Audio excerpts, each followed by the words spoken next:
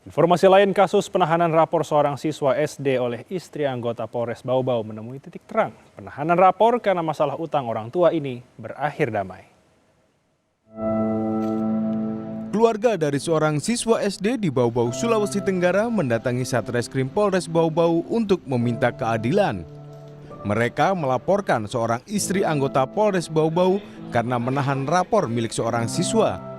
Peristiwa terjadi saat pembagian rapor dengan menyamar sebagai tante wanita tersebut mengambil rapor siswa tanpa sepengetahuan keluarga.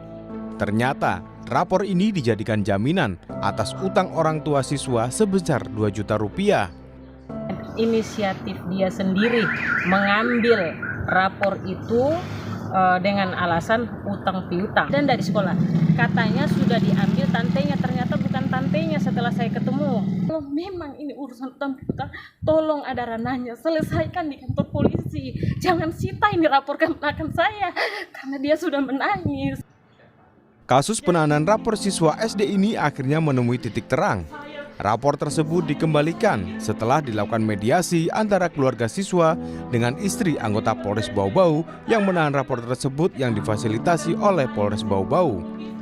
Selain itu, utang orang tua siswa sebesar 2 juta rupiah yang menjadi pemicu polemik ini akan dibayarkan oleh Kapolres Bau-Bau.